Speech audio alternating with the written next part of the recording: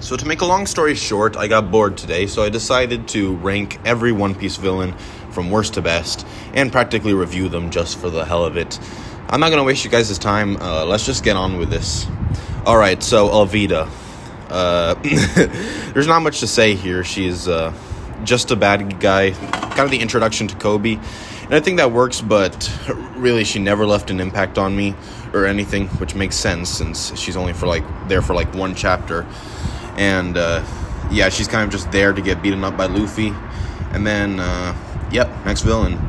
But I'd say that the one thing that I'm excited for in the story is to see her reunite with Koby, because, bro, that is One Piece setup, okay? Fuck all your Gear 5s and all that. No, this is setup.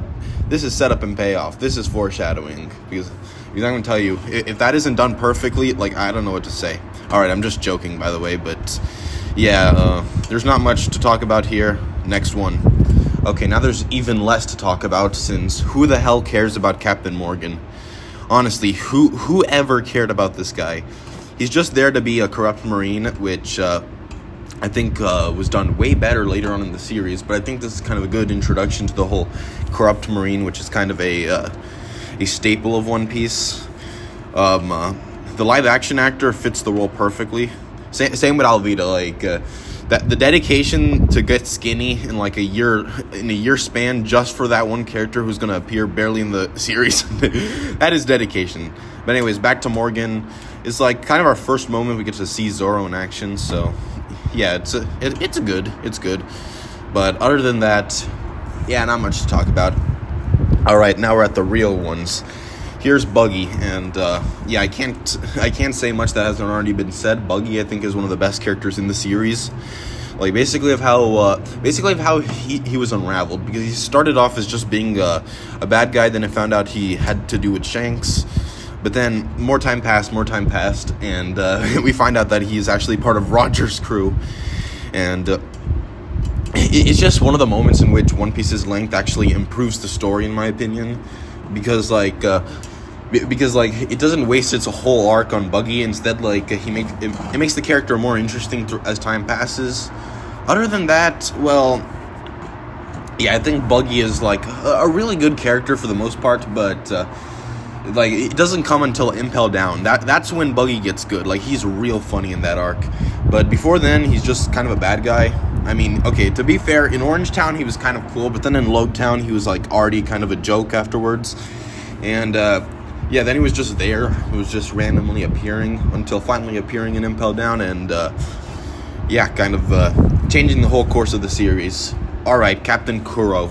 Man, this guy, the way the anime pronounced his name, it's one of those things that just got stuck in my head. I was always like, Capitan Kuro, or something like that. I don't know. I haven't watched the anime in a while, but yeah, as for him, this is a first villain, in my opinion, who kind of takes himself more seriously, I guess, because the other villains were clearly kind of goofy. This one, they try to go for a bit of a wolf in sheep's clothing type thing, but they revealed it in the first 2 seconds. That's seriously, imagine if they did that with Rob Lucci. But yeah, not much to say here. His plan is freaking stupid, which, I mean, one thing that East Blue has is that a lot of the villains have kind of stupid ideas of what they're going to do. But, yeah, I think this perfect setup for Usopp, though, because I think Usopp, it gets better later in the series, but this was kind of a good starting point for him until Wano, and he kind of goes back. I'm sorry, guys. Usopp got done dirty later in the series. Hopefully Elbaf does him good, but doesn't look likely. I'm sorry. So, all right. So back to Kuro. I think his design is really cool. Kind of the whole idea of him slashing you with these freaking claw things. I played him in this one One Piece game. It was a Mugen One Piece game, and he was actually really fun to play as. Too bad it only had pre-time skip characters. But yeah, that's kind of all there is to say about Kuro. He kind of gets forgotten about, unfortunately, since I actually think that the whole idea of a pirate captain who hates being a pirate, to be a really cool idea. I feel like the One Piece villains, at the beginning, we didn't know how long One Piece was going to be, so we just did more and more One Piece villains. and they all have really cool motivations and all that. Not all of them, okay. Like the first two that we went over were not all that, but yeah. So as for Kuro, yeah, I think he's one of the lamer One Piece villains, but yeah, he was good for what he was. All right, now I'm going to get onto the agenda piece now, because the Don Krieg agenda is still going strong since in the newest episode, I mean, okay, not the newest chapter, I mean, it was the newest chapter for a while. So, damn it, I'm fumbling. But Don Krieg was cool. Like, I'm just going to say it, Don Krieg is freaking cool. Like, bro, even with Mihawk destroying his whole ship, he even fought him. And also proves that Zeph is actually stronger, since he was scared of Zeph, despite the fact that he was missing a leg. But when he fought Mihawk, he was like not taking that shit anymore. So yeah, Don Krieg is cool and all that. I don't care what you guys say. I really like how it basically goes with the whole it kind of get ready for the Grand Line type thing, because before, like, because this guy is kind of like the East Blue like MVP. I actually think he might be the strongest character in East Blue. Yeah, get fucked, Arlong. Yeah, because I mean, if you compare the amount of damage done to Luffy in both of those fights, like, it's not even a contest. Don Krieg was like actually making Luffy fight for his life there. Okay, I'm gonna stop meat riding Don Krieg right now, because there's plenty of other things to say about him. Okay, actually there isn't really all that much, but I don't know. I think the fact that he returned in the newest, I mean, not the newest. Why am I saying the newest? In a recent chapter is great. Sorry for you anime only watchers, but it was just a cameo. Like, but I don't know. I really like it, since at the end of Baratie, there was the whole thing that they were going to start from scratch after losing to Luffy, and that's something that I like about One Piece. Like, when it uses like the characters that have appeared before and kind of brings them back in a fun way. That's kind of my payoff for not killing the villains, because really a lot of characters should have been dead, especially the villains. But I think the fact that you get to see them later on, like, because Luffy for some reason has this whole thing in which he fixes people after hitting them, except for a few. But yeah, I think Don Krieg coming back was really cool, and I'm hoping just to see him again. All right, next we have the real MVP of the East Blue Saga, Arlong. This guy, bro, dude, this is one of the best designs in my opinion in One Piece. Like, the villain designs, they go hard. Like, of course he doesn't hold a candle to Crocodile, Doflamingo, or even Enel, but at that matter. But dude, like look at this. I think Oda put all his energy in this one fishman design, because all the other fishmen look freaking ridiculous. But this guy, no. Well, okay. So, funny story here. I actually read the part where, like, Luffy and the Straw Hats, like, go to Arlong Park, and I knew about the walk, I knew about Nami stabbing herself, but I knew nothing about what it was about. So I practically was in Luffy's perspective right here.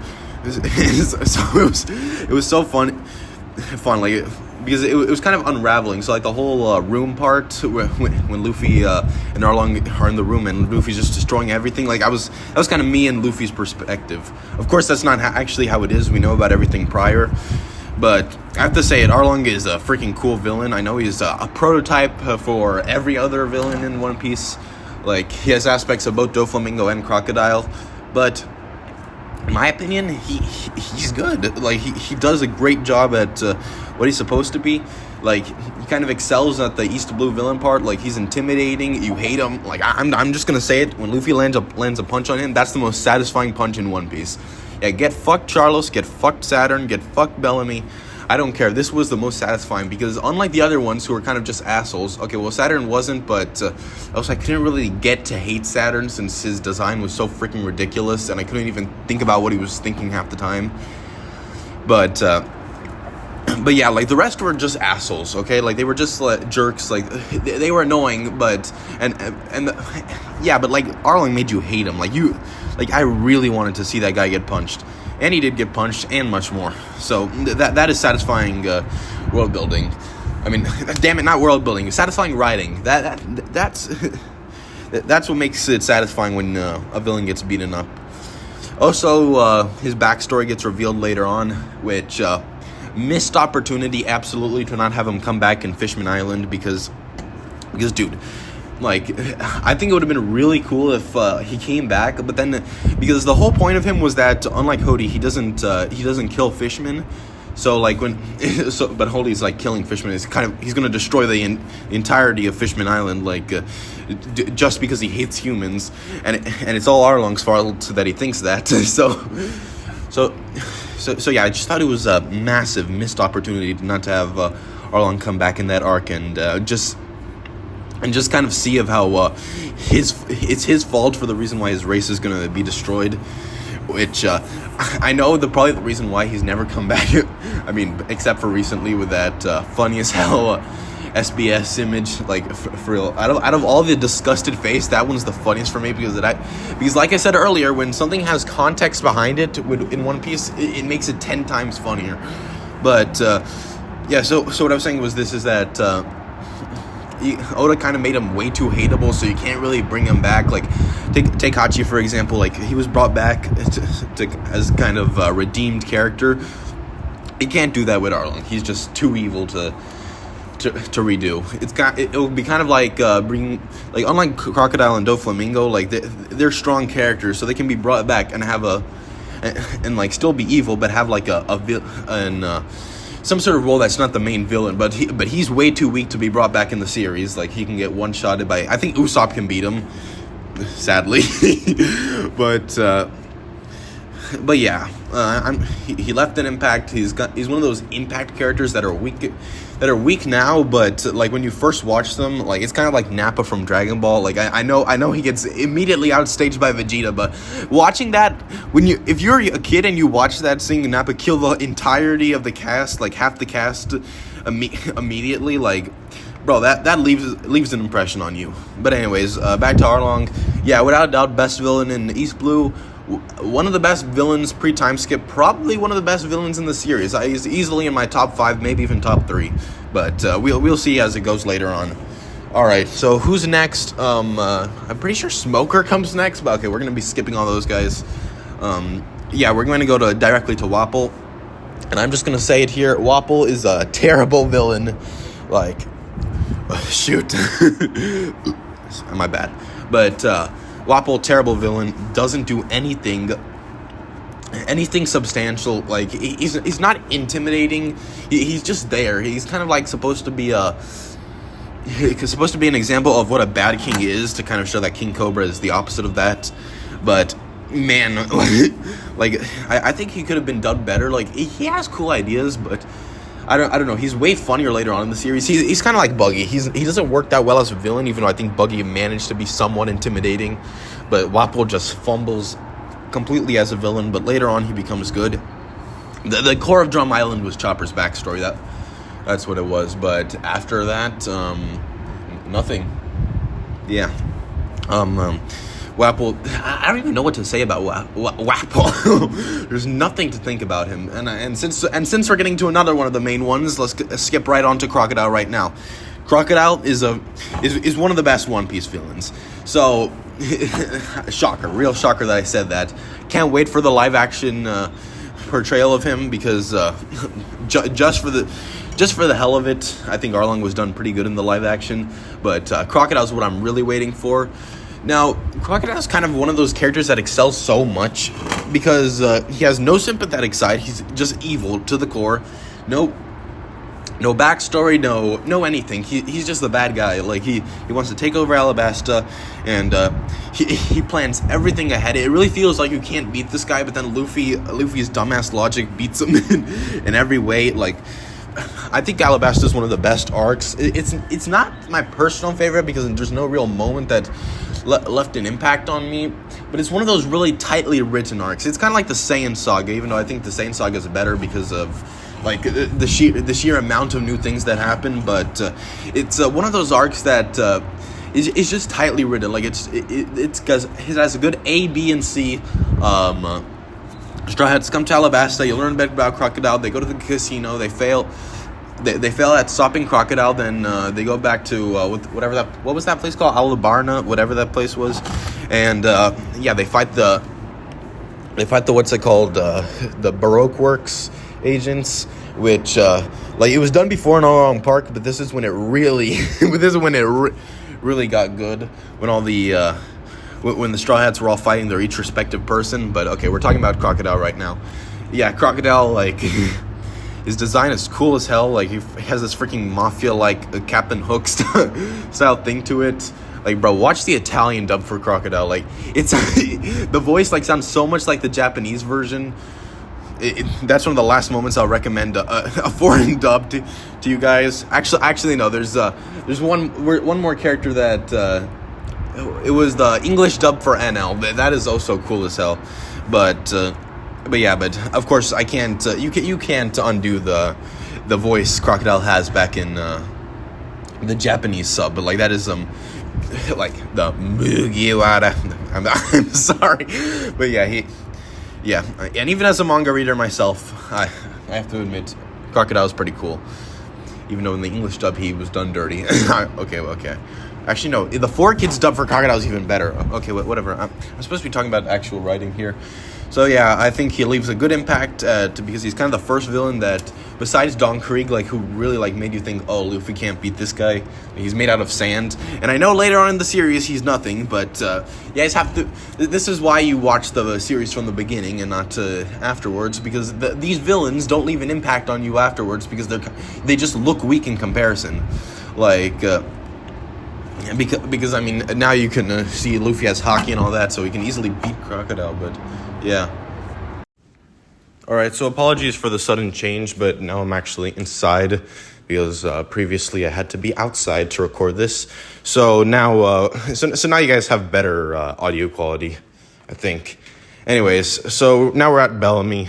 Bellamy is kind of just, he's an asshole villain. He's just there to be I kind of expected him to appear prior in the city. Like, I watched the CJ Champ video. That was before One Piece. I got into One Piece, so I thought this was, like, really early on into the series. But no, it's actually a full nearly 300 chapters into the series. Almost. Or is this more? I'm not sure. I'm not checking. Anyways, so yeah, Bellamy is just there to be an asshole, to kind of, I think, test Luffy, which is honestly funny, considering the fact that Luffy went from being so chill when people were insulting him and all that, to the only real snap moment was when someone hurt his friends. But now in Elbaf, he's getting mad as hell, attacking a freaking blind person when he's tied up over insulting Shanks. Which I have to say that's character. Not progression, regression. Because I'm not sure. Like, I'm pretty sure the whole point was that he was like that as a kid, and he learned it later on. But nope. Like for real, East Blue Luffy, and even later on, that's like Luffy at his best, in my opinion. Like. He's not even that bad. Like I feel like the more the series goes on, the more Luffy becomes immature in my eyes. Okay, I'm sorry. I'm ranting about Luffy instead. I should be talking about Bellamy.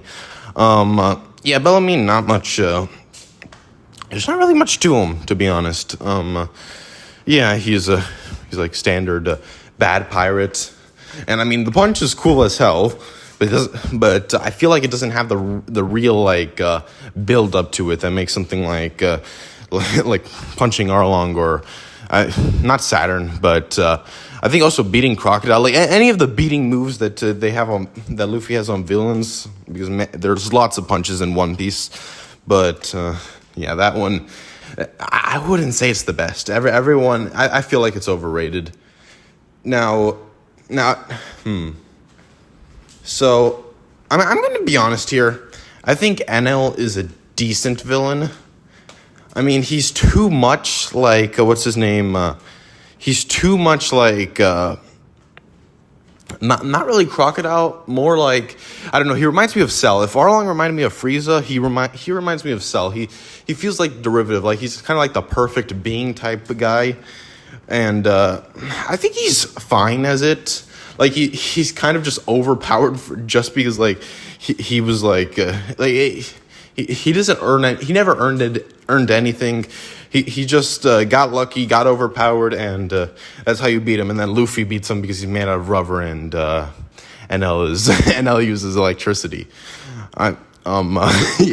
Does rubber actually like stop electricity? Like. Because if that's the case, they should make the umbrellas should be made out of rubber instead of iron, or whatever they're made out of.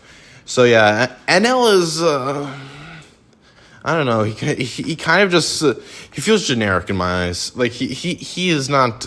I don't think he's all that charismatic. Even though I think the English voice acting, like I always thought he sounded like Cell. Like actually, because okay, I'm just gonna say it outright. I don't watch the anime. Too much pacing issues. I like to go at my own pace when I'm consuming media.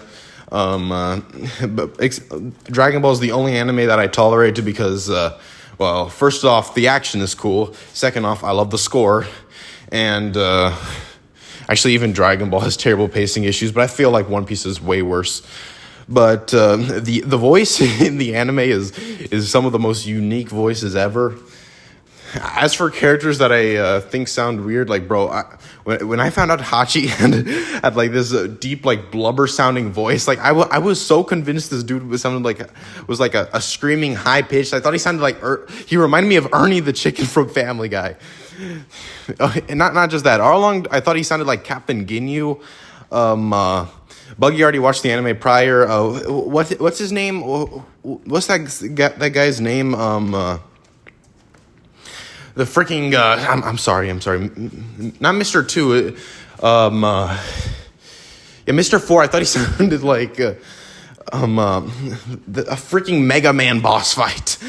I'm sorry, I just get the randomest voices in my head when I'm reading One Piece. Like bro, it's either the most generic thing, but like the second I see a design, I immediately like come up with a voice. Okay, and first of all, NL peak character design right there. That is probably one of my favorite designs for a villain. Like it started off with Arlong, then it got to Crocodile, which Crocodile was like everything about Crocodile's design is great. But then when it got to Enel, like I'm like, dude, like these One Piece designs are unique. Then it got to Lucci, and it started to get more generic. But whatever. One Piece villains have drip. It's just in the nature. But we're not at Lucci yet. Actually, we're at Foxy. And what are my thoughts on Foxy? My thoughts are that I have no thoughts because Long Ring Long Land is a forgettable arc. Foxy never comes back in the series, so I don't give a damn about him anymore. Like, because like the thing is that you kind of have to have an if you don't leave an impact.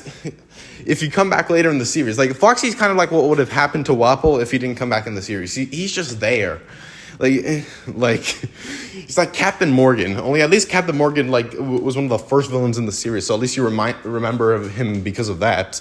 No, Foxy's just there. He's a goofy villain. I get it. He's like I actually really like. He's kind of like a predecessor to Kaido. Kind of. He's kind of like just grabbing random pirate captains, which was always something that I liked about Kaido. But I have a lot to say about Kaido, as you'll soon see. But actually, it's going to take a while for that. But yeah, I think Foxy is a boring villain. Not much to him. I don't think he's even particularly funny. Okay, I'm sorry, guys. I skipped Long Ring Long Land. Like, okay, I think I love One Piece humor, but I have a confession to make. That arc just wasn't gelling it for me. I'll probably read it later or something like that when I'm bored. But I don't know. There's just way funnier One Piece moments that come to mind. And apparently the anime version was even worse. But until I get feature-length movies made out of the One Piece edits. Okay, watch the Dragon Ball feature-length movies, and then you'll understand what I'm talking about. Okay, anyways, now we get to Lucci, and Rob Lucci. Now, this guy is a weird case. So, because the thing with Lucci is that he doesn't have the charisma of Crocodile, he doesn't have the hateability of Arlong, he doesn't have the design of Enel, but he still somehow manages to be a great villain. Like, I feel like he's kind of like that big, intimidating force. And I just love the fact that this is something that early One Piece, I think, excelled at. It kind of made, like, it was a surprise, like, because these guys were supposed to be justice and all that, even though the whole thing that they were doing was they were basically screwing over a little girl the whole time. But, so Lucci's, like, kind of like the poster child of it. He, like, unlike Spandam, oh, should I have to talk about Spandam, too? But Lucci was kind of okay, I'm sorry. I need to adjust my thoughts. So Lucci started off as just another one of the carpenters there. He was barely memorable. Like he had the funny pigeon gag that was funny for a few panels, then immediately outshined by Polly and the freaking the guy with the glasses. Then afterwards, it turned out he was one of the main villains. He didn't say much, but I swear the moment that I knew I liked this guy, because like you see him get strong and all that, but they kind of felt all like secret agents and all that. But the moment where I knew, yeah, this guy's cool, is when there was that freaking CP9 guy who was going to be in CP9, but then he loses to Frankie. So then like when Lucci does that, he's straight up, I'll give you 3 seconds to run, and this dude is like freaking out, and then he just like finger zaps him and throws him off. By the way, C-Train, one of my favorite One Piece sections, like really one of the best. I'm not gonna lie there. But so yeah, he immediately like leaves an impact there. Then you don't see him much more. And then he fights Luffy, and CP9 in general looks cool. Like they have some goofy ass designs, but man, like there's some sweet villains. All right, very funny, intimidating. Like they kind of fit all the marks, but Lucci is probably when like Luffy was like really like fighting it to his furthest potential, because beforehand it was all like villains that because like East Blue villains, like it was all villains that Luffy could defeat. Then with Crocodile and NL, they both had some ridiculous overpowered ability, but Lucci like kind of felt like just like a battle of who can stay up the longest, which makes it one of the most satisfying fights in the series. Yes. And unfortunately, I don't think we're halfway done. Are we? I mean, I kind of skimmed over some East Blue villains prior, but anyways. So I think Lucci's a great villain, and when he comes back, he's actually one of the best characters, since he didn't have any screwed up, like, what's it called? People say that he got violated during Egghead. I don't think so. Bro was cool as hell there. He was like, because I think people need to understand that just pulling a fight against someone who's like way stronger than you, I think it's cool enough. Like, because that shows something in you. It's way better than being a coward and running away. Take notes, Usopp. But dude, like everyone was saying, bro, Lucci got destroyed by Gear 5 Luffy, like, and all that, and like that fight was really well animated. But come on. Like, it's Rob Lucci. How can you dislike the guy? Anyways, so now we're at Thriller Bark. This arc is funny for like the first for the first what's it called? The first 10 or so chapters, 10, 20 chapters. But then it just loses me overall because it's too much of jokes. Like, I'm sure glad I wasn't around when this arc was coming out, because dang, it would have been boring as hell. But thoughts on Moria? Yeah, I'm sorry, but Moria is one of those characters that, like, I think his concept fits way better than like how it was done. Similarly to characters like Kaido or Hody, who I'm gonna get to Kaido, but they have like cool concept as characters. Like Moria, like his whole point is that like he became a lazy loser because his whole crew was destroyed when fighting Kaido. So then he became so then he's just like a fat guy that's sitting on. But the thing is that I actually don't think Mori's like the worst person ever. I mean, his crew is terrible. His crew is made up of 2 degenerates and a spoiled girl, which is the worst thing ever. I'm just joking, Perona. You know I love you, no homo. What? Anyways, but yeah.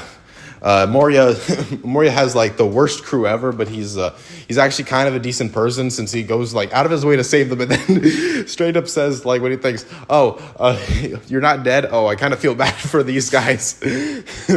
Nah, bro, it's just too good.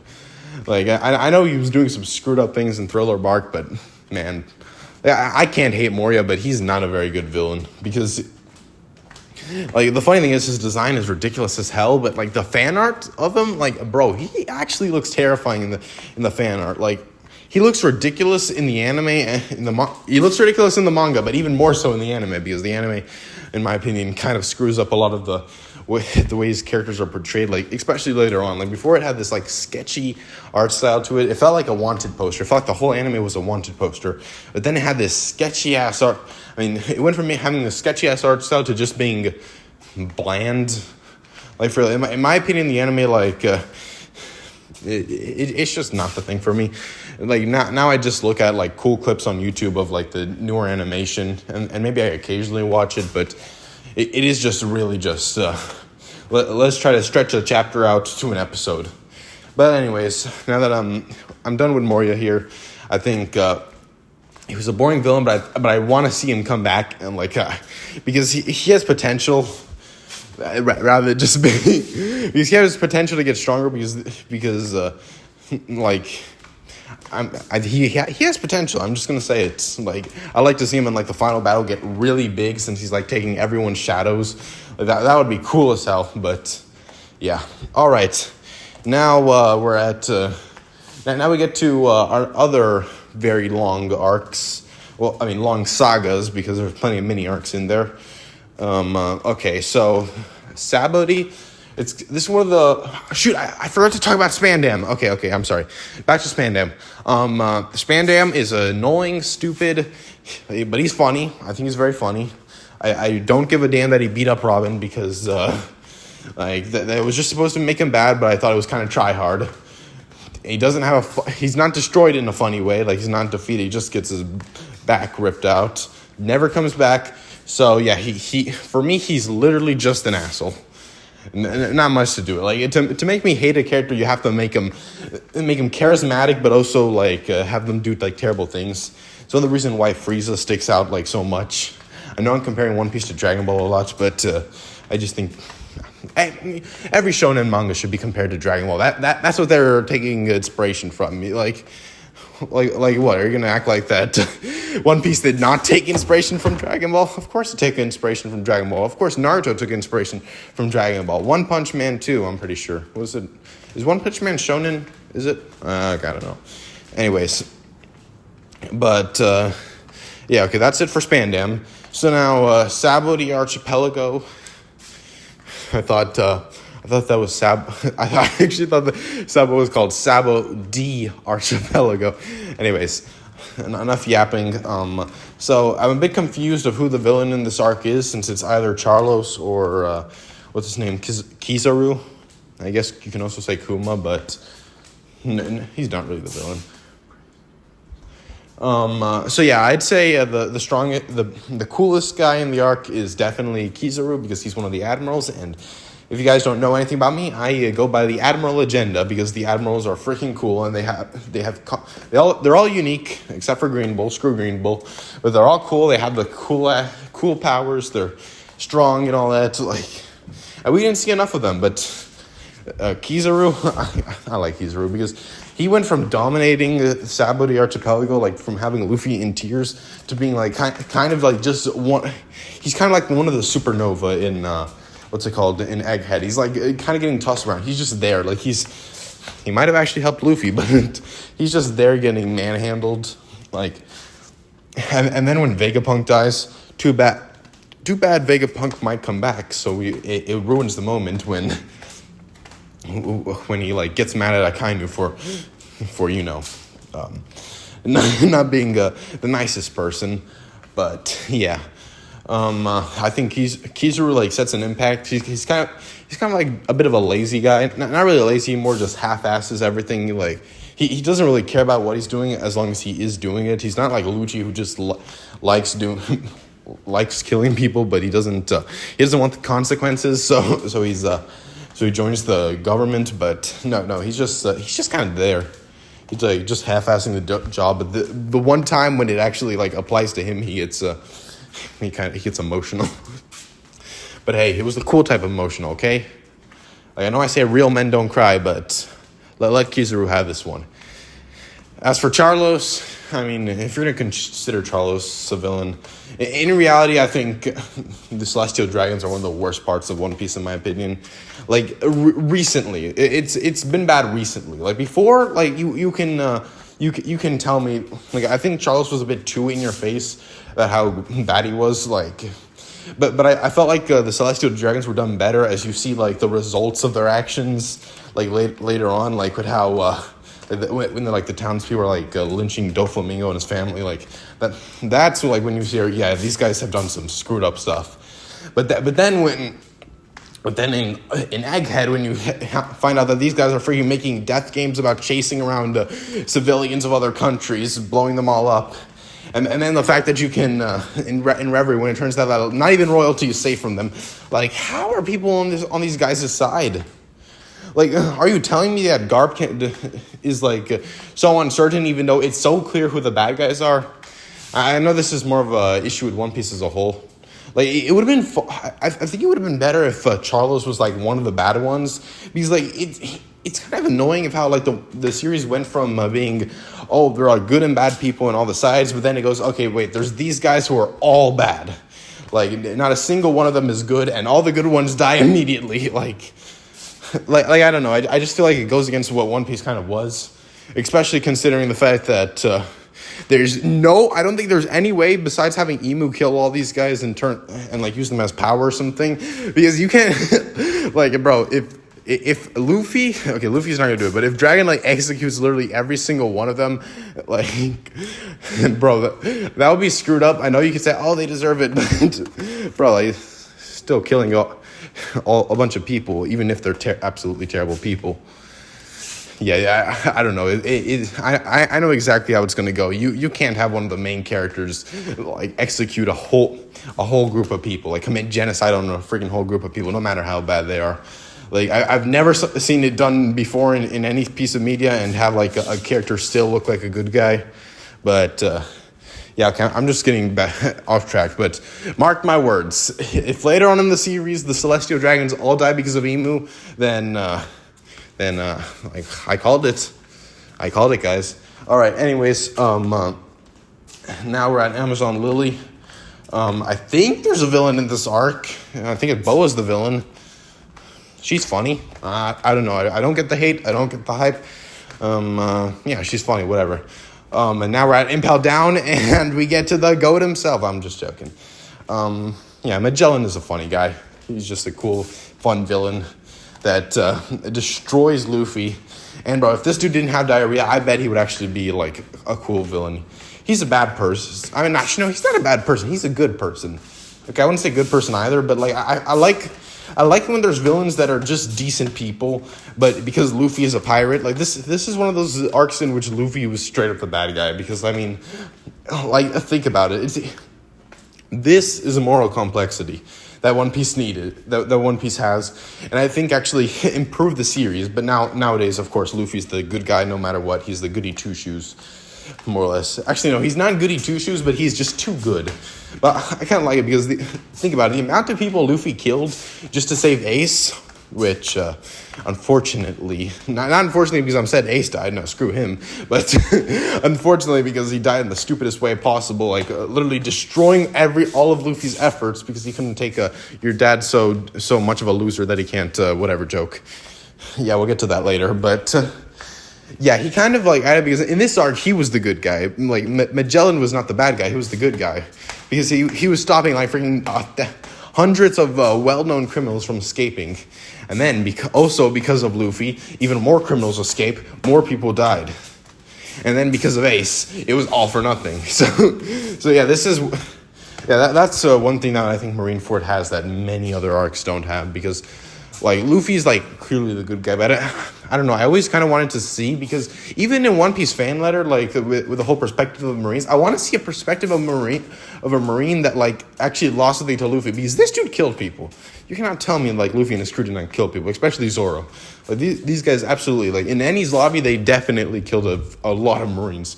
Because you're not telling me like you can survive sword slashes and lightning bolts. Like I know One Piece characters seem to survive a lot, but I don't know.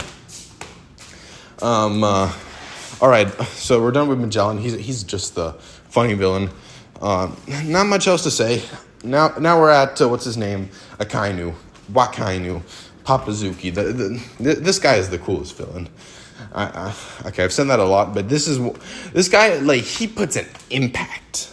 because it really feels like this is like an end game baddie. Like he feels unstoppable. Like his whole power is that he's freaking made out of lava. Like dude, this dude was like destroying people like left and right. Like he like immediately sets off an impact like all the way back in Enni's lobby when he destroys a freaking passenger ship because even the possibility of one of the scientists being there would screw everyone over. Like, yeah, but hey, that's absolute justice for you. Even though we haven't seen him in a while, so I can't wait for the next 10 years until he becomes relevant again. But yeah, Akainu is he doesn't even get defeated. He's kind of like feels like a force of nature, just like the other admirals. But like since Kizaru and Aokiji don't do a thing, like yeah, I even forgot what they even did that was so strong in this arc. Because if all the admirals are supposed to be like at least at the level of a Yonko, well, I mean Green Bull kind of destroyed that, but we all know Green Bull's a bum. Yeah, like they all kind of didn't feel like they were doing anything except for Akainu. But bro, like already like Akainu made Whitebeard look cool as hell because straight up, dude, he took out half of his face and like Whitebeard was like still kicking. It is cool. It is just cool. I have to say it. Yeah, there's not much else to say about Sakazuki that hasn't already been said because he's very hated because but I don't hate him for killing Ace because screw you, Ace. You deserved it. Okay, like I'm sorry. Like so, way too many One Piece characters die for freaking dumb reasons, but Ace has to be the dumbest. Because unlike every other character who's like practically at their deathbed, but like because of some strong sense of what's it called? Not morality, but like that they couldn't say something that they would rather die than say something that makes sense. But like Ace straight up running from like in the manga, straight up, I kind of was like so angry because he's like, damn it, this is all fair, that loser Whitebeard, and then Ace like stops in his tracks like a freaking cartoon villain, goes like, "What'd you say?" And I kind of straight up confused, and then he's like, "Oh yeah, your dad Whitebeard, fuck him, he's a loser, I think he's the lowest of the low," and he's like, "Take that back," and then he's like, "No," and then he dies because of it. So good job, Portgas D. Lace. You freaking mentally scarred your brother. You didn't even go back to help Wano. Like, yeah, that made it even more egregious. Like, bro, imagine telling a little girl that, yes, I'll come back with my strong friends and save your country. Then when you're about to escape with your strong friends, you stop at the last moment just because you couldn't take a joke. I know there's a whole like narrative sense, and I know Ace is a flawed character because many characters are flawed, but man, that's just annoying. Anyways, I guess Blackbeard is the last villain to talk about of pre-time skip, and thankfully since post-time skip doesn't have as many, I can go through them pretty quickly. But actually, no, I have so much to say about them. Anyways, Blackbeard is still not at his main point yet, so we don't know about him. But he is just cool. Like, okay, I wouldn't say cool, but. I feel like the thing that I love about Blackbeard is that he's the straight up the stereotypical pirate. He backstabs. He like does dishonest things. He's just a stereotypical pirate, and I feel like that's like the perfect villain to put Luffy against. Since, and let's be honest, Luffy isn't really a pirate, especially at this point in the series.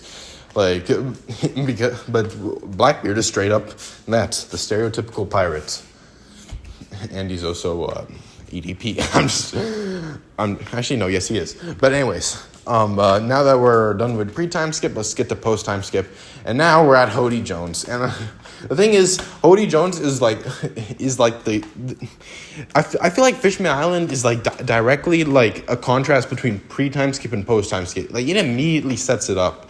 Because like pre-time skip, it was mostly about the Straw Hats and all that. Like, but in Fishman Island, it's way more about the fishermen people, and like the Straw Hats kind of get sidelined. Like even Nami gets sidelined, even though it's I wouldn't say it's her arc, but it's like she's kind of a important character considering the whole like point of the arc. But then the villain is, instead of just being an asshole, like there's a whole like backstory around him. Like even Arlong gets a backstory, and Hody is like, okay, Hody's not really a complex villain, but like he has a backstory. He's more of an ideology than like just a villain. Like he has no charisma, but it's kind of like just a bad guy. And hey, I like pure evil villains that are just bad because they're bad. But yeah, Hody's also boring. That's just kind of what screws him over. Another thing about Fishman Island is that it's also long, way longer than most. It's like as long as like it approaches Alabasta and Skypiea lengths, and it's like as long as Enies Lobby. But yeah, it kind of feels like direct contrast to the previous arcs, which is kind of the case with post-time skip. Also, hockey is the thing. I like hockey, but the whole fact that it's stronger than everything else, I find it as annoying as hell. But mainly because I think a power source was already dumped. I'm sorry. Okay, I don't know what to think about hockey. I think it's a good inclusion to have, but then it immediately like sets a difference, and it also confuses you because I'm like, bro, why didn't Crocodile use it against Luffy, or why didn't Moria use it against Luffy? They absolutely know how to do it because Moria fought Kaido. Like, do you lose it through time? It is a confusing thing, but whatever. Next villain, Caesar Clown. He's evil because he's evil. Like he's just like I know he's pure evil, and I like that about him. He's like a pure evil villain, but he's funnier when he's not a villain. And the thing that makes him really egregious is that it's a freaking long arc. Like I swear, Punk Hazard could have been so short. It could have been like a freaking 20 chapters long. That's how long Punk Hazard should have been. Just 20 chapters. Like, it should have been, they go to Punk Hazard's, ooh, spooky Caesar by the 10 chapter. Luffy beats Caesar in the 2 chapter time span. Law arrives, Doflamingo arrives. We have to go to Dressrosa, we go to Dressrosa. None of that some mind switching nonsense. You can keep a few good moments. And, yeah. Yeah, also, yeah, Caesar is a funny as hell character. I like how, He's just bad for the sake of being bad, and hey, I can respect that in a man. He's just a bad man, bitches. Anyways, now we're at Doflamingo, which is okay. Well, if Caesar was just a bad man for fun, now we have Doflamingo, who's also a bad man for fun.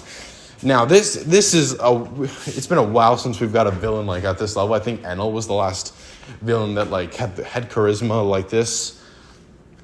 And yeah, Doflamingo, he has another example post time skip is that it's the Straw Hats get sidelined real hard. Like I can't remember a single thing that any of the Straw Hats do in this arc, like that actually has importance to the story. Not to mention Dressrosa is a bloated ass arc, like for real. Like it's bloated. Like I could think of like. Actually, all the Straw Hats could have not been there. It could have only been about Luffy, Doflamingo, and Law. Like, bro, if someone edits that into a movie like they did with the Dragon Ball, so basically, there's this guy who edited the Frieza and Saiyan saga into a feature-length movie. If someone does that with Dressrosa, I think they can absolutely do it. They just have to get rid of everything that doesn't revolve around the main purpose of the arc, which is Luffy, Law, and Doflamingo. And yeah, that's how you do it. Oh, so as for Doflamingo, yeah, what hasn't already been said about Doflamingo? Bro's like the Joker. He's like a complete manipulator. He bro, you can actually see it when he talks to Law. Like he's straight up, dude, that guy's holding you back. Like, bro, that is just straight up evil. Not as evil as freaking calling one of his attacks 16 threads or something, just to spite this poor guy whose kids died to the Celestial Dragons in this flashback. Bro, that is screwed up. That is one of the most screwed up One Piece moments. I love those freaking moments. They're just so evil. Like, I don't know. Anyways. Yeah, Doflamingo's design is also cool as hell. Like, really cool design. He's,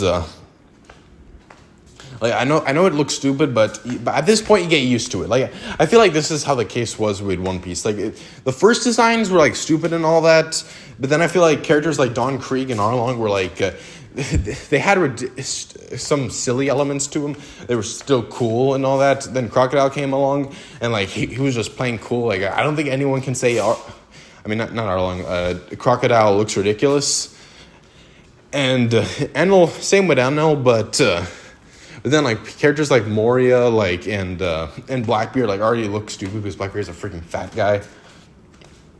But then you get to Doflamingo, who's like a freaking guy like in freaking tight pants with high heels on. Like bro look like he has a freaking coat and an Eminem haircut. I don't know, for some reason Doflamingo reminded me of Eminem before what's his name NL did. I don't know why, but hey. But hey, Doflamingo is just the cool guy. He's he's not even the first One Piece post-time skip villain to really put Luffy through trouble. It was kind of Curry. It was because bro in Dressrosa, bro, like I actually honestly felt like Luffy should have beat him immediately, like after turning Gear 4, like because afterwards Doflamingo just didn't do much. Like yeah, I just have to say that. But yeah, I wonder what happens next. I hope Cross Guild does something really cool, because if that's the case, then yep. Like I want a bunch of the older villains to come back and actually be useful. But hey, yeah, he's the MVP of Dressrosa and one of the most known One Piece villains. Actually, I think one of the most known anime villains. He kind of goes with the whole pure evil thing next to characters like Light Yagami, Griffith, Frieza. Yeah, I'm including Frieza in there too, because screw you all, Frieza's the number one anime villain. I don't care. Anyways, now we're at Whole Cake. Actually, all right, we have Zoe, and our boy Jack, a character that I literally can't think of a single character trait about, because his only purpose was to show that Kaido was strong, and yeah, that's his only purpose. And I think that Zoe is a forgettable as hell arc. It introduced the Minks. Yeah, whatever. I mean, thought the fishmen were cooler because they have freaking, like, they're muscular, they have gills and sharp teeth and such. But hey, I like the Minks too. They're cool. And yeah, now we're at Whole Cake Island. Technically, there's 3 villains in this arc, because Judge is kind of like an antagonistic role towards Sanji. Yeah. So about Judge.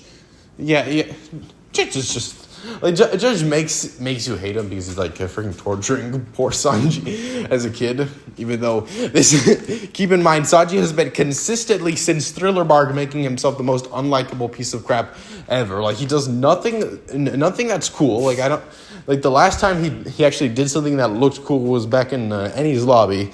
All he does is do the annoying gag like way to the top. So I didn't like Sanji at this point. I'm sorry, guys. It just I know Whole Cake tries to fix his character a lot, but man, like that is Flanderization, character assassination to the top. And yeah, I don't know. I'm not gonna say Judges was in the right, but I mean, couldn't let that happen to me. Anyways, what was I saying? Anyways, okay, so yeah, Judge kind of flies under the radar, because Whole Cake Island likes to drag on the final act, just like Dressrosa. And yeah, now we're at Big Mom. So Big Mom is probably the best Yonko villain. I mean, okay, when I say Yonko villain, I mean it's just between her and Kaido, which, I mean... So the thing is that, like, I think Whole Cake Island really made her, like, seem like she's, like, completely on top of everything. Like, because the heroes had to literally like swindle. This was about getting Sanji back, but then it was about crashing the tea party and all that to save Sanji's family, because of course Sanji couldn't let those guys die because apparently Sanji was the most kind individual ever. This never popped to my mind. Like back in Baratie, yeah, but never popped up to my mind later on. Like I was like, bro, wait, Sanji's the nice guy? So mainly because all of his nice moments were just him trying to get some pussy. which got tiring real fast. Anyways, so back to Big Mom. I think Big Mom has a cool backstory. Like, I think it really makes her seem unstable, which is probably the thing that made her like stand out the most. But then when she came back in Wano, she's kind of just like a bad guy. Like she just added an extra unnecessary villain to the arc, and I honestly thought that. I think they had to get rid of her in some way without killing her, but I don't know how. Like, I feel like it could have been done better because I don't know, because it would have been unclimactic to just kill her directly when she enters Wano, but at the same time, like the Law Kid and Big Mom fight was one of the worst fights in One Piece, in my opinion. Like, I don't know, it just didn't stand out to me in the slightest. And I like Kid. Like, no, I like the fact that Big Mom comes back, because I think the Supernova versus the Yonko was a really cool fight.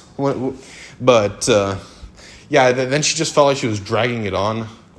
Like I don't know, she's just an unstable villain, which I think works perfectly in her arc. But then she's kind of just there later on. But hey, she's funny as well, so yeah. I guess also Katakuri is a villain, and I actually really like Katakuri, and I'm kind of glad that Big Mom is gone. Well, okay, it's unconfirmed. I swear, if they bring Big Mom and Kaido back, I'm gonna be rolling my eyes real hard, because man, bro, they survived that. Like, One Piece villains survive literally everything. Like, bro, just kill them. Just put these guys out there. No, the amount of One Piece characters, I can literally go. I can go like in tier list maker and like go to like every single One Piece character, and there are so many that should have died like immediately. Like the ones that come to mind: Johnny and Yasuka. What's his name? The samurai. Freaking the guy from Alabasta. What was his name again? Pell, was it?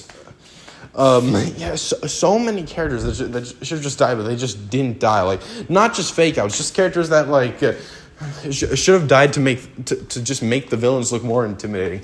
I know now with hindsight you can kill off characters but beforehand, because let's say if Mr. One died, he wouldn't have come back in Impel Down. But to be fair, he didn't do much there either. But hey, who doesn't like Mr. One?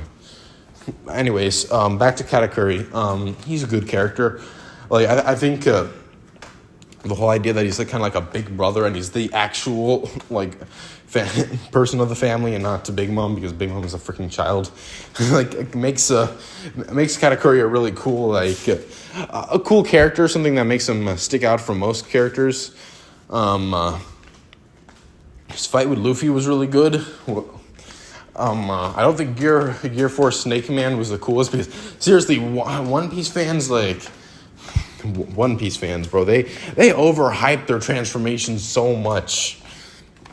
I say this as a Dragon Ball fan, because Dragon Ball has some good transformations. Yeah, Dragon Ball is better than One Piece. I'm going to say it right there. Sorry I'm sorry to people who got this far thinking I was the number one Piece fan. No, bro, I like DBZ more. I'm sorry, that's just how I am. But I like One Piece too. So Katakuri, I think he's a good villain. Not a good villain, more like a good enemy to Luffy. Like, his kind of whole point is that like he's literally supposed to like keep up the perfect persona. Like, you can't rely on anyone. He has to be there for like his whole family. So it's a really cool character trait. Which I like fights when characters like take before, like Arlong and Luffy. Like, Arlong had this whole idea that fishermen were superior, but Luffy didn't see that in the slightest. Then Luffy versus Crocodile. Crocodile was like super smart. He planned it all out, but Luffy's stupid ass logic was the reason why he could beat him. Like, of course, some of his logic was smart, but it was stuff that like, okay, but seriously, like, it's that room because it looks like something Crocodile would go, and yeah, it's dumb logic. But not so much about Eno, but what's it called, Luffy versus Lucci as well.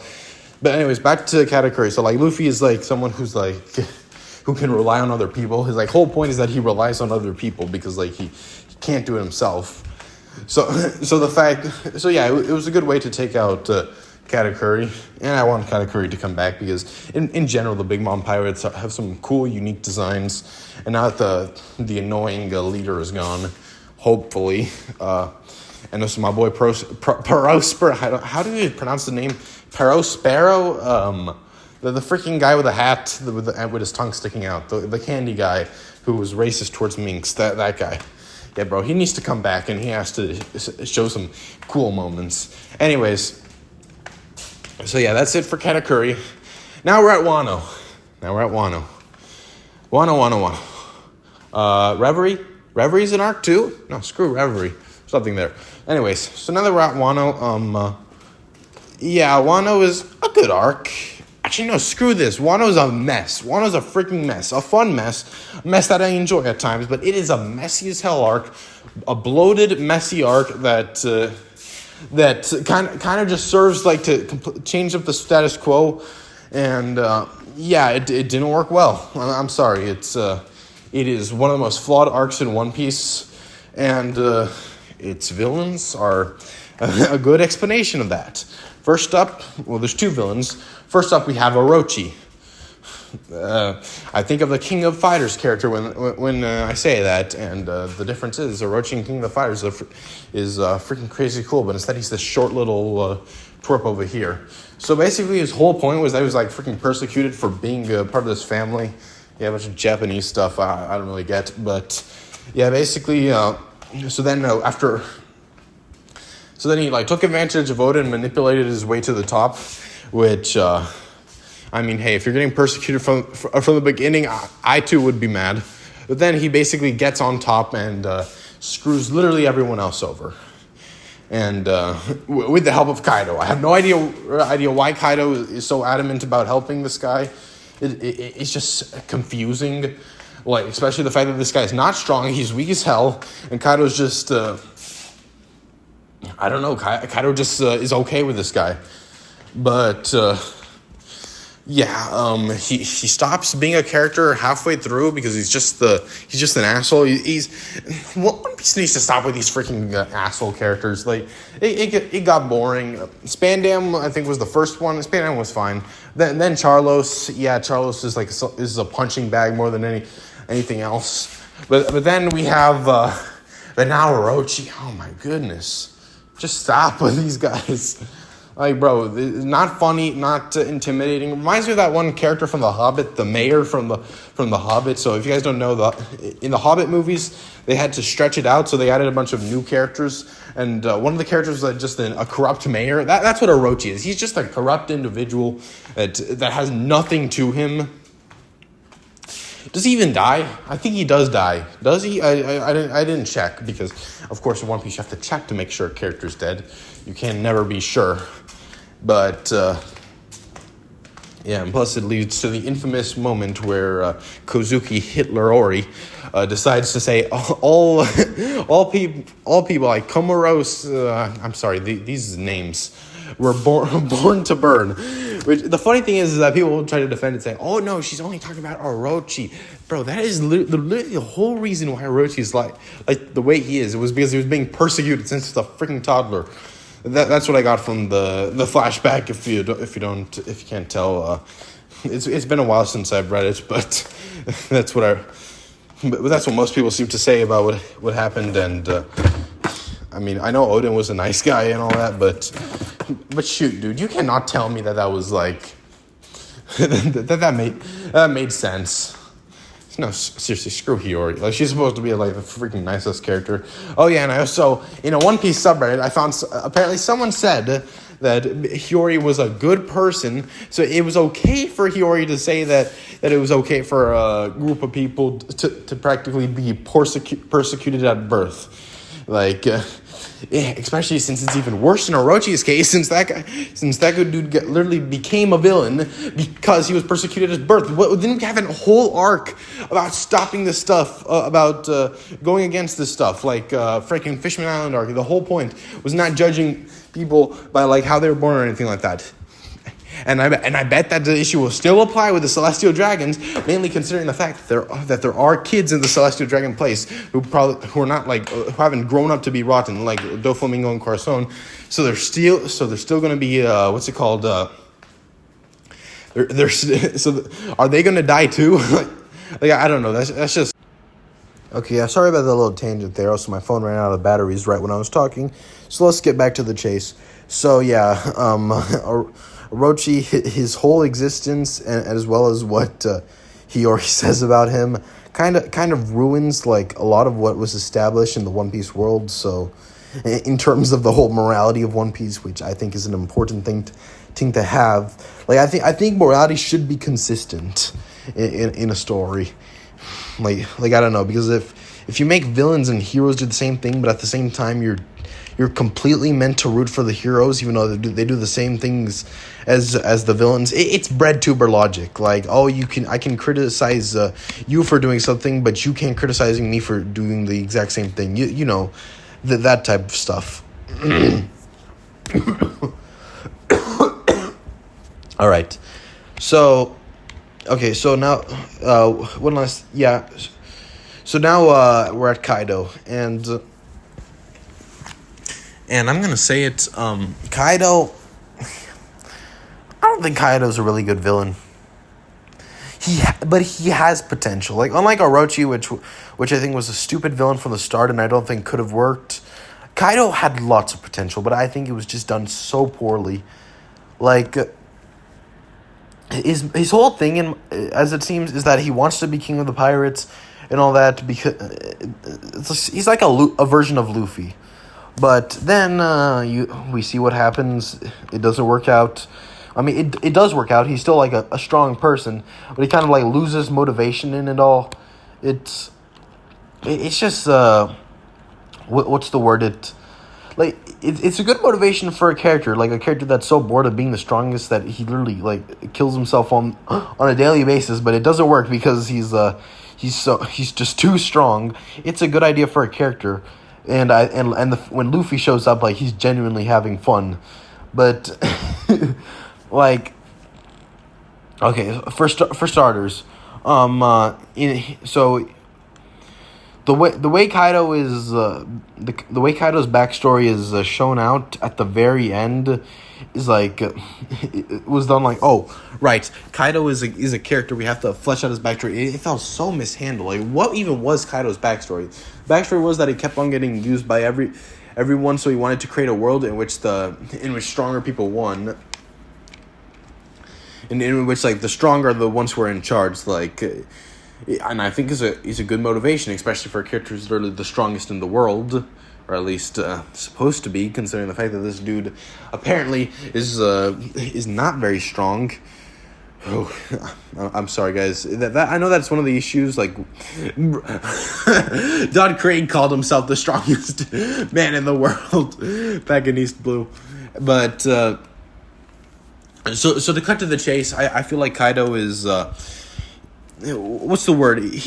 First of all, he could kill himself already. Like it's confusing of what his logic of how he should kill himself is, even though he could just jump in the water. But hey, let's say that he wants to die an honorable death, like Whitebeard and Roger. Yeah. What does that add to him being a villain? Because he's kind of just a bad guy there to be defeated. He's like doing bad things to a town, to a country, which we've been doing since freaking Alabasta. I don't know where's the new stuff. Like, yeah, that's something that. That's something we've been doing, the freaking country thing for so long. Like, I know the same thing is gonna happen with Elbaf more likely, but at least like what's happening is different. But so anyway, what happens is this: is that so basically he's he takes over the country. He screws everyone over there in a pretty horrible way, which kind of gets us to like hate him and all that. But then we get to. Then we get to the point that Kaido is kind of an old fool that just lost motivation in life. And I don't know. I think the whole idea of a character being king, wanting to be king of the pirates like Luffy, but lost motivation through doing bad things is a great idea. And I feel like that could have been done perfectly because the thing is, King had a flashback in which like you see what Kaido meant to him and of how like he saved him from a place, like similar to how Luffy saved Zoro. And that could have been a perfect way, like if the whole like Topi Rope and all those guys, okay, not all of them, but like some of them like show their connection to Kaido, because like you have Ulti, who's also like really like, oh, Kaido will become king of the pirates and all that. Like it adds to it, but we just don't see any of it. Same thing. Like it would be cool if it would have gave Jack a character for one, but it's what's the word? Missed opportunity. So many missed opportunity with Kaido. He's like it's difficult to explain. He's like a big bad villain. He feels like Bowser in a sense. Like he's pathetic. Like you can see he's pathetic. But then of course Luffy becomes Gear 5, and I don't know what that's supposed to mean to Kaido, since I mean I'm just gonna say it. Gear 5 was one of the worst foreshadowed things in One Piece. And I think I see what Oda's going for. Like the point is that like Gear 5 is the person like Luffy, like Joy Boy is the one that is supposed to beat Kaido, which we only find out later in the freaking story, and then Kaido realizes, oh yeah, this is Joy Boy, but then I just what is the point? Like I feel like he should have lost to like the King Kong gun, because that would have at least I don't know, because it should have been foreshadowed throughout Wano. It should have been foreshadowed. I'm sorry, guys. It should have been foreshadowed way better. Like you cannot tell me a freaking dance Luffy does in Skypiea is foreshadowing. That is not foreshadowing. Okay, that is a freaking homage or reference to a previous established thing. Anyways, back to Kaido. I didn't really get my thoughts all this much to explain, but there's so many issues with Kaido. Another thing is that he's supposed to be like kind of a counterpart to Luffy, like someone who tried to achieve what Luffy has, but he went real close to it, but he failed at like the last. But he failed in the sense that he had just lost motivation through like the bad things he did. Too bad that it was never established, so you have to kind of headcanon it all. Oof, Kaido, I'm sorry, but I don't think you're a very good villain. And yeah. Alright, last one, Saturn. Saturn's just evil. Yeah, he's evil. He's like a celestial dragon with more power and not bratty. Yeah, screw Saturn. Okay, now we're at Shamrock Shake. We haven't seen anything about him, and I don't even think he's the main villain of Elbaf. So, yeah, we're done.